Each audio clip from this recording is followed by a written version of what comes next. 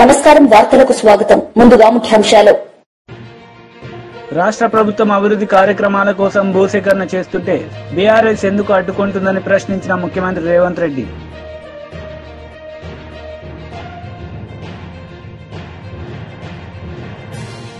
శాంతి భద్రతల విషయంలో రాజీ పడబోమని ముఖ్యమంత్రి చంద్రబాబు నాయుడు స్పష్టం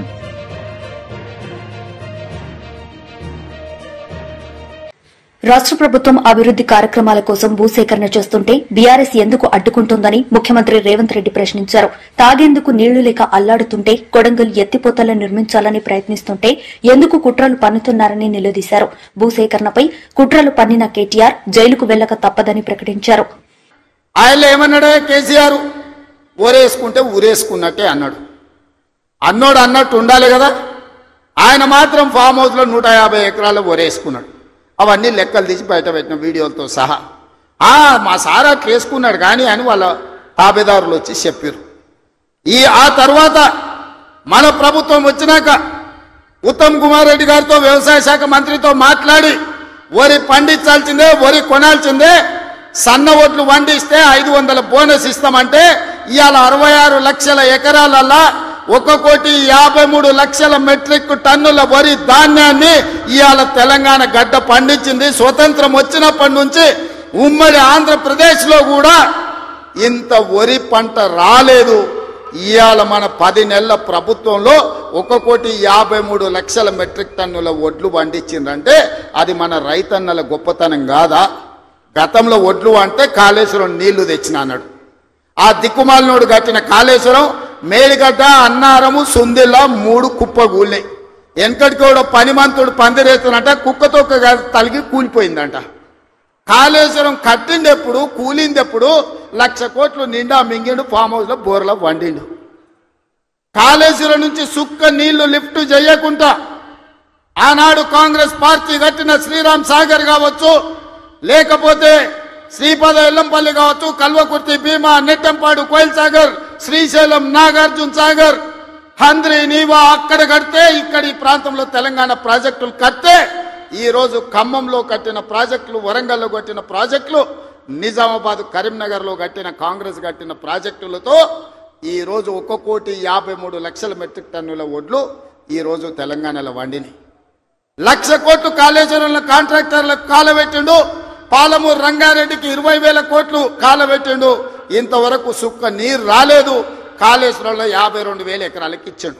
1,00,000 కోట్లు కాంట్రాక్టులకు బిల్లు ఇస్తే 52,000 ఎకరాలకు నీళ్ళు వచ్చినాయి. ఈసారి అవి కూలిపోయి అది కూడా రాలే.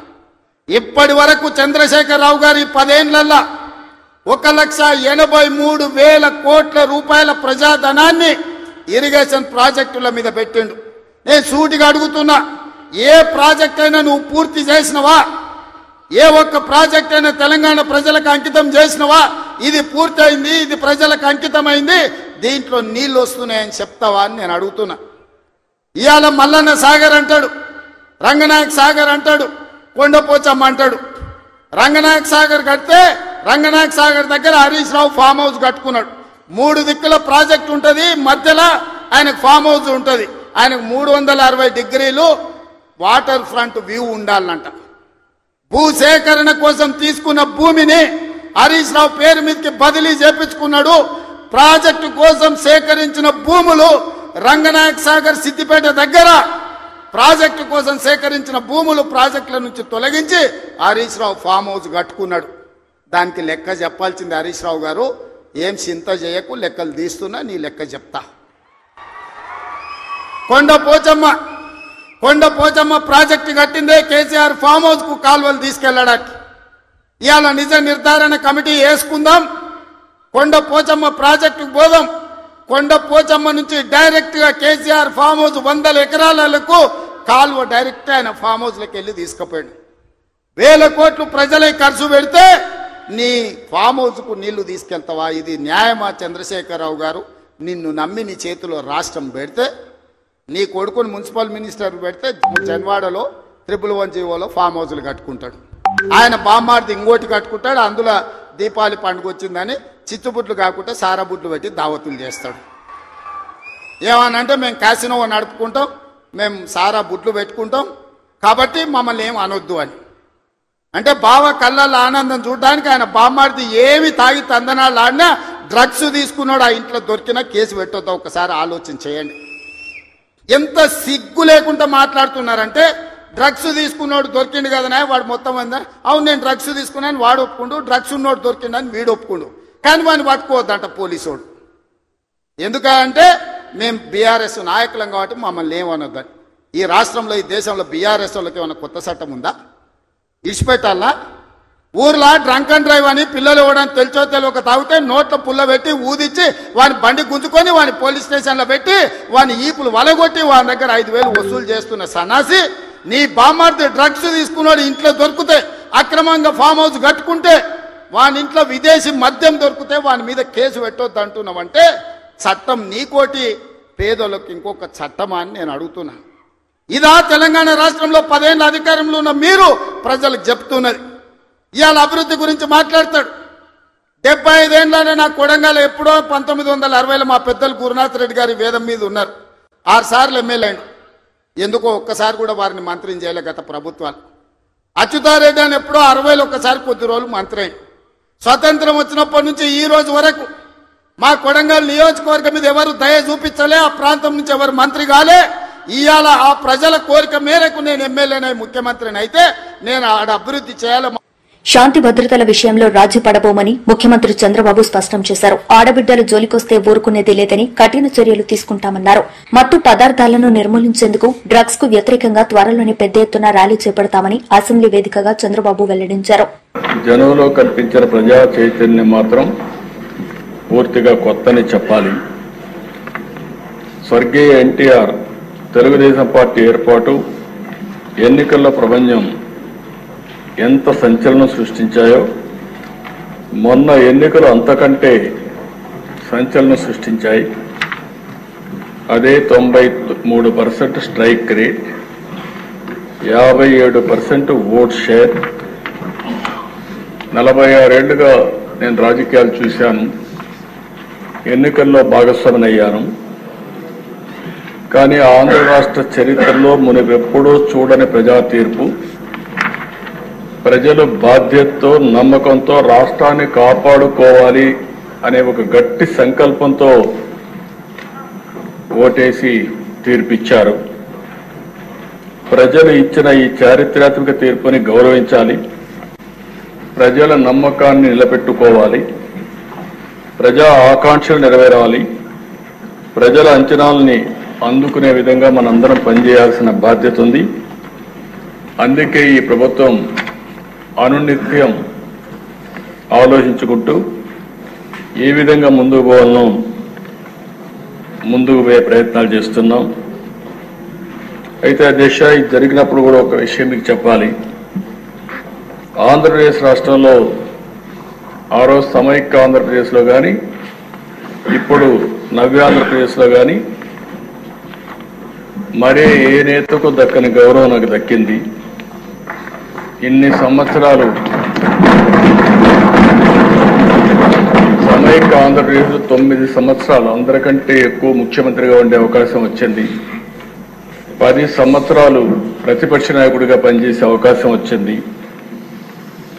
అదే మరి ఇక్కడ ఒకసారి రెండోసారి ముఖ్యమంత్రిగా ఒకసారి ప్రతిపక్షంలో పనిచేసే అవకాశం ప్రజలు ఇచ్చారు. అదే ఇంకొక విధంగా దిశ అనునిత్యం కష్టపడి పనిచేయడం, నిజాయితీగా ఉండడం, అనుక్షణం ప్రజలు వాళ్ళ బిడ్డల సంక్షేమమే ధ్యేయంగా పనిచేస్తూ వచ్చాను. అందుకే 4 దశాబ్దాలుగా ప్రజలు ఆదరించారు. వాళ్లకు నా జీవితాంతం కూడా రుణపడి ఉంటానని చెప్పి మరొక్కసారి ప్రజలందరికీ విజ్ఞప్తి చేస్తున్నాను. వైఎస్సార్సీపీ అధినేత వైఎస్ జగన్ ను మళ్లీ ముఖ్యమంత్రిని చేస్తామన్నారు మాజీ మంత్రి అనిల్ కుమార్ యాదవ్. అలాగే రాష్ట్రంలో వైఎస్సార్సీపీకి పూర్వ వైభవం తీసుకొస్తామని చెప్పుకొచ్చారు. మాజీ మంత్రి అనిల్ కుమార్ నెల్లూరులో మీడియాతో మాట్లాడుతూ, నేను పార్టీ మారుతున్నానంటూ కొన్ని ఛానల్స్ తప్పుడు ప్రచారం చేస్తున్నాయి. నేను రాజకీయాల్లో ఉన్నంతకాలం వైఎస్ జగన్ వెంటే ఉంటాను. వచ్చే ఎన్నికల్లో నెల్లూరు జిల్లాను క్లీన్ స్వీప్ చేసేలా కృషి చేస్తాం. వైఎస్ జగన్ ను మళ్లీ ముఖ్యమంత్రిని చేస్తామని అన్నారు. దూరంగా ఉన్న అని మీరు ఇష్టం వచ్చినట్టు ఏదైనా చేయాలంటే భయపడే గుండె కాదు. వాళ్ళకి తెలుసు భయపడే వాణ్ణి కాదు మూర్ఖుడినేనని. నిజంగానే నేను పల్నాడుకి వెళ్ళి పోటీ చేసిన తర్వాత అక్కడ వాళ్ళు ఎమ్మెల్యేల కన్నా నాకు 40,000 ఎక్కువ. ఒక రకంగా చెప్పాలంటే ఆ ప్రాంతం వాళ్ళు ఎన్నికలు అయిపోయిన తర్వాత కొన్ని ఊర్ల మీద దాడి చేస్తుంటే కూడా పోలేని పరిస్థితి. కారణం ఏంటంటే నేను పోయిన తర్వాత ఆ ఊర్లోకి వెళ్ళిన తర్వాత ఇంకా వాళ్ళ మీదకి, ఎందుకంటే నేను వెళ్ళి వస్తా, ఇంకా వాళ్ళ మీద దాడులు ఎక్కువ అవుతాయేమో. ఎందుకంటే ఎక్కువ పాపం అక్కడ నాకు అభిమానంతో అక్కడ నా సామాజిక వర్గం వాళ్ళు ఎక్కువ మంది పాపం ఆ పార్టీ ఈ పార్టీని చూడకుండా ఓట్లు వేసిన వాళ్ళు ఊర్ల మీద పడి దాడి చేస్తున్నా కూడా ఏమీ చేయలేని నిస్సా. ఎందుకంటే వెళితే నాకేముంది, వెళ్తా 2 మాటలు చెప్తా, రెచ్చగొట్టే మాటలు లేకపోతే ధైర్యం ఇచ్చే మాటలు చెప్పొచ్చిన తర్వాత మళ్ళీ ఆ ఊర్ల మీద పడి దాడి చేస్తే పరోక్షంగా మళ్ళీ నేనే వాళ్ళని కారకులు అవుతాడని చెప్పి దూరం ఉండాల్సిన పరిస్థితితో ఉన్నాం. అంత మాత్రాన ఎవరు ఇక్కడ ఏమి లేదు. 60 రోజులు కాకపోతే, నెల కాకపోతే, కలగంటున్న వాళ్ళు నెల కాకపోతే 2 నెలలు పెట్టండి. 1 కాకపోతే పాత కేసులు ఏమన్నా 10 ఎవడెవడో కొట్టుకున్న కేసులు అన్ని కూడా కావాలంటే ఎవడెవడో కొట్టుకున్న కేసులు అన్ని లోడ్ ఇచ్చి దీంట్లో అనిల్ కుమార్ యాదవ్ జయించాడని చెప్పుకొని పెట్టుకోండి. నాకేం అభ్యంతరం లేదబ్బా, హ్యాపీగా జైలుకి పోతా వస్తా. కానీ ఒక్కడ మాత్రం గుర్తుపెట్టుకోండి, ఇచ్చింది తప్పకుండా వెనక్కి తప్పకుండా అందరికీ వస్తుంది. ఒకరికి మీరు ఇస్తే డబుల్గా వస్తుంది. కానీ నా బాధ ఏంటంటే నిన్న తట్టుకునే వయసులో ఉన్న 5 సంవత్సరాలు 10 సంవత్సరాల తర్వాత మీకు షుగర్లు బీపీలతో రోగాలతో మీరు తట్టుకోగలుగుతారో లేదో అప్పటికి మర్చిపోతాడులే అని మాత్రం అనుకోవద్దు. 10 years 15 years కూడా 60, వాళ్ళు 75 80.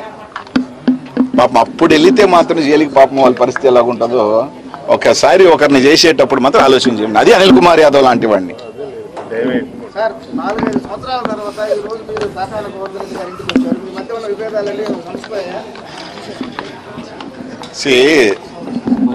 చిన్న చిన్న ఏవో మనస్పర్ధలు అవన్నీ కూడా కొంతమంది సృష్టిస్తారు, కొన్ని ఉండదు. కానీ ఇక్కడ పార్టీ జగన్మోహన్ రెడ్డి చాలా ముఖ్యం. Is above all.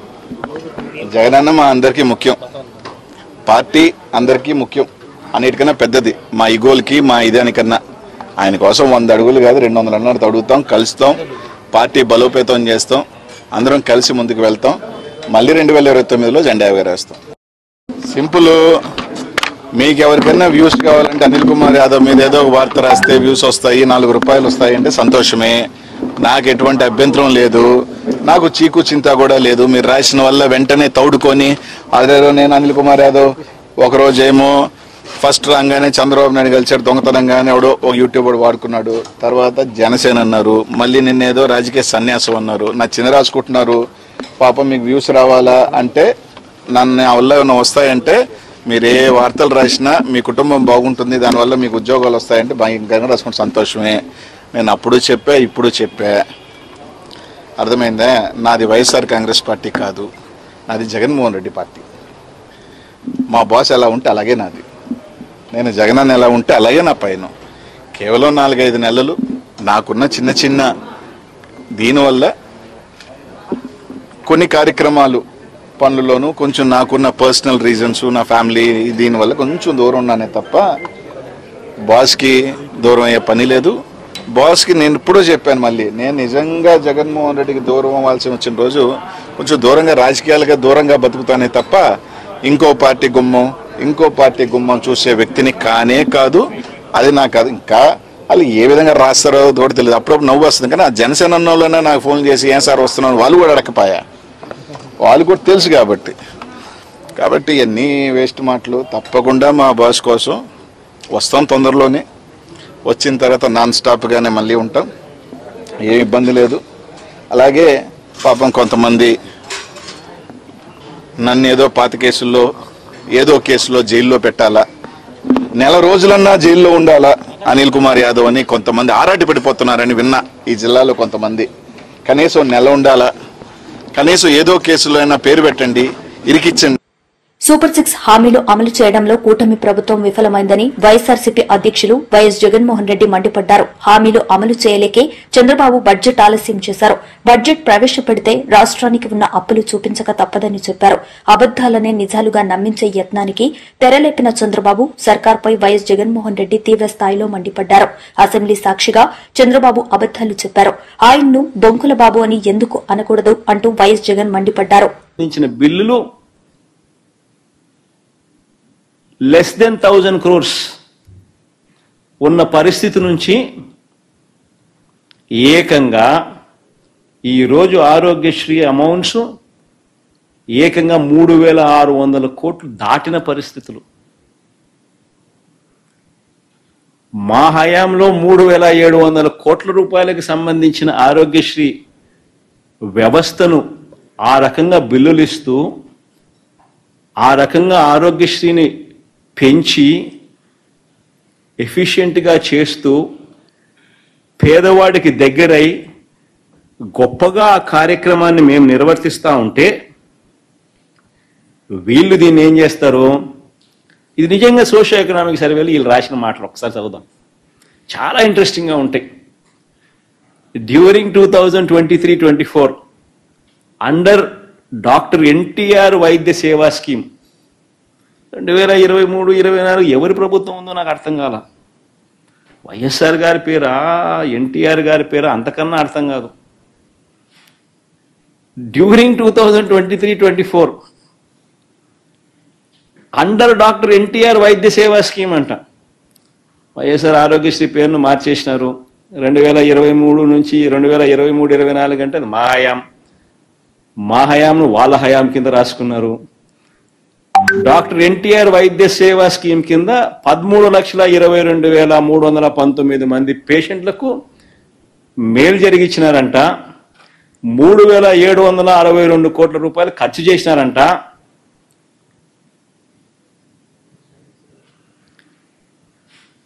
Doctor NTR వైద్య సేవ ఫ్రమ్ 1/4/2023 31/3/2024.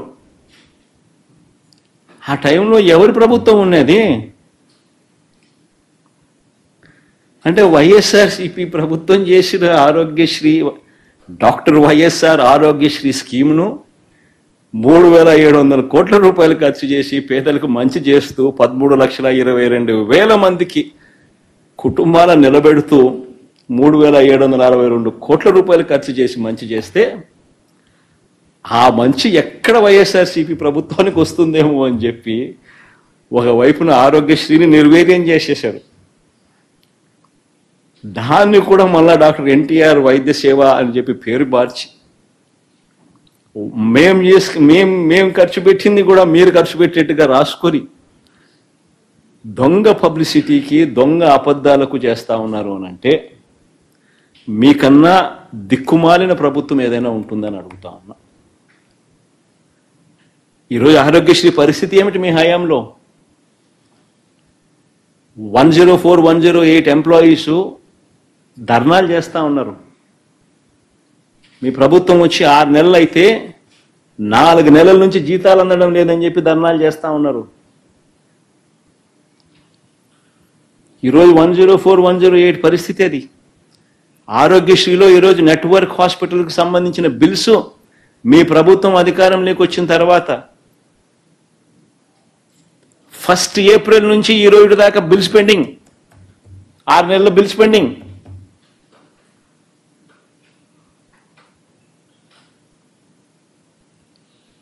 నెట్వర్క్ హాస్పిటల్స్కి ఇవ్వాల్సిన బిల్లులు ఇవ్వడంలా.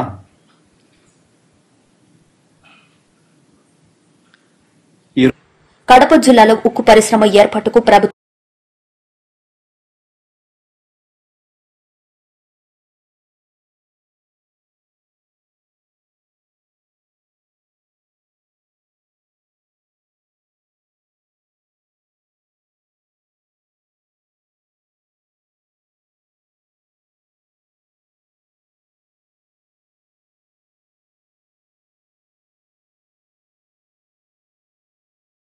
పెట్టాలనుకున్న ప్రాజెక్ట్ కడప స్టీల్ ఫ్యాక్టరీ వస్తే ఈ ప్రాంతం అంతా సస్యశ్యామలం అవుతుందని, ఇక్కడ కడప బిడ్డల జాతకాలు మారిపోతాయి అని, ఎంతో మందికి మేలు జరుగుతుంది అని రాజశేఖర రెడ్డి గారు కడప స్టీల్ ఫ్యాక్టరీ రావాలి అని ఉద్దేశించారు.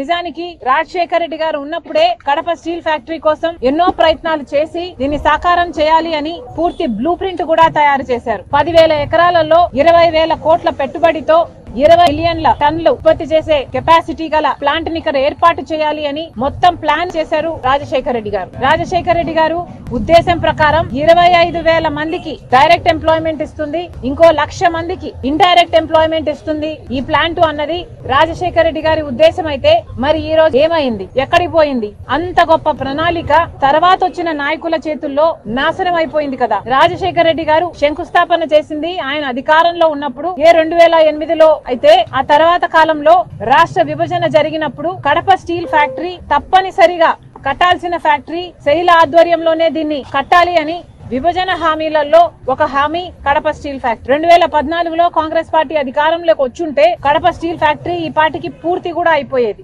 కానీ దురదృష్టం కొద్దీ 2014లో కాంగ్రెస్ పార్టీ అధికారంలోకి రాలేదు కాబట్టి మనకి ప్రత్యేక హోదా రాలేదు, దాంతో పాటు ఏ ఒక్క విభజన హక్కు కూడా మనకు రాలేదు, దాంతో పాటు కడప స్టీల్ ఫ్యాక్టరీ కూడా రాకుండా పోయింది. 2014లోనే కడప స్టీల్ ఫ్యాక్టరీ అయినా ప్రత్యేక హోదా అయినా ఇవన్నీ కూడా సాకారం అవ్వాల్సి ఉంటే బీజేపీ పార్టీ పుణ్యమా అని 2014లో అధికారంలోకి వచ్చారు. అప్పటి నుంచి ఇప్పటి వరకు కూడా ఒక్కటంటే ఒక్క విభజన హామీ కూడా బీజేపీ పార్టీ ఆంధ్ర రాష్ట్రానికి నెరవేర్చలేదు. ఇది అహంకారం కాకపోతే ఏమిటి? కడప స్టీల్ ఫ్యాక్టరీ చేయాలి అన్నది విభజన హామీ అయితే కుదరదు అని తేల్చి చెప్పింది బీజేపీ పార్టీ. ఎంత ఆంధ్ర రాష్ట్రం అంటే ఎంత చిన్న చూపు కాకపోతే ప్రత్యేక హోదా ఇవ్వలేదు, ఒక్క విభజన హామీ నెరవేర్చలేదు, కనీసం కడప స్టీల్ ఫ్యాక్టరీ కూడా కుదరదు అని తేల్చి చెప్పింది బీజేపీ పార్టీ. అలాంటి బీజేపీ పార్టీకి పోయిన 5 సంవత్సరాలైనా ఇప్పుడైనా అంతకు ముందైనా అదే బీజేపీ పార్టీకి మద్దతిస్తున్నారు జగన్మోహన్ రెడ్డి గారైనా చంద్రబాబు గారైనా.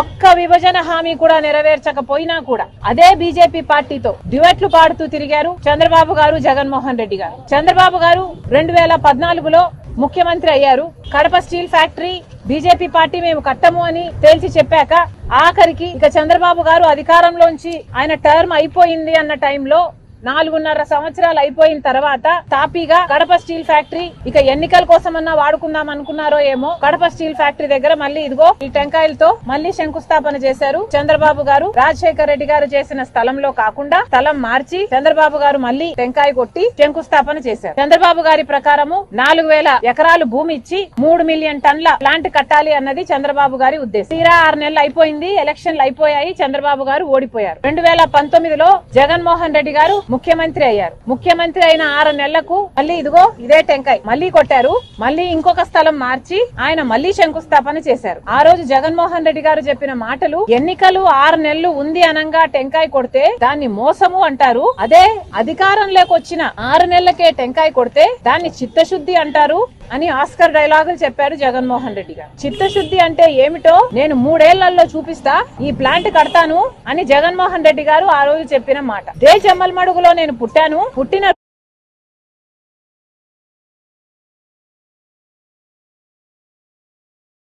కూడా 10 రోజులైతే గానీ తెలియని పరిస్థితి, అత్యాచారాలు చేస్తున్నటువంటి పరిస్థితి, హత్యలు చేస్తున్నటువంటి పరిస్థితి, దాడులు చేస్తున్నటువంటి పరిస్థితి.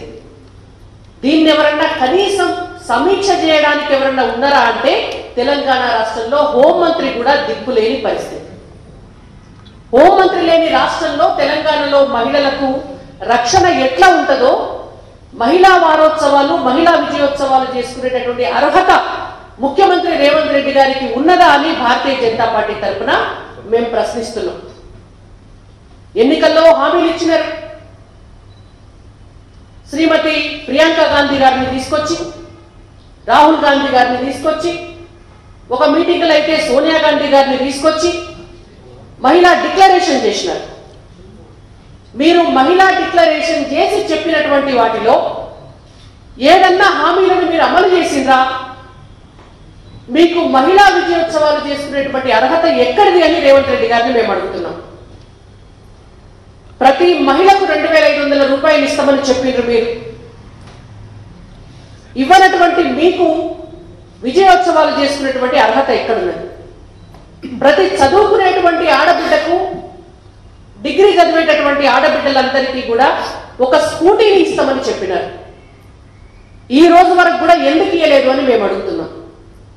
పెళ్లి చేసుకునేటువంటి ఆడబిడ్డలకు 1,00,000 రూపాయలతో పాటు 1 తులం బంగారం ఇస్తామని చెప్పిండ్రు. మీరు ఈ రోజు వరకు ఎందుకు ఇవ్వలేదు అని మేము అడుగుతున్నాం. అంగన్వాడీ మహిళలకు 18,000 రూపాయలు జీతభత్యాలు పెంచుతామని చెప్పినారు. మీరు ఆడబిడ్డల్ని ఎందుకు మోసం చేసిండ్రు అని మేము అడుగుతున్నాం. స్వయం సహాయక బృందాలను నిన్న మొత్తం తరలించిండ్రు తెలంగాణ నుంచి వరంగల్. మరి వార్తలు ముగించే ముందు ముఖ్యాంశాలు మరోసారి. రాష్ట్ర ప్రభుత్వం అభివృద్ధి కార్యక్రమాల కోసం భూసేకరణ చేస్తుంటే బీఆర్ఎస్ ఎందుకు అడ్డుకుంటుందని ప్రశ్నించిన ముఖ్యమంత్రి రేవంత్ రెడ్డి.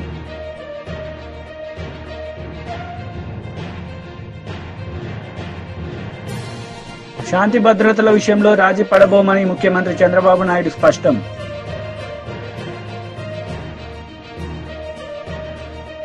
ఈ వార్తలు ఇంతటితో సమాప్తం. తిరిగి ప్రసారమయ్యే వార్తల్లో మళ్లీ కలుద్దాం. అంతవరకు సెలవు. నమస్తే.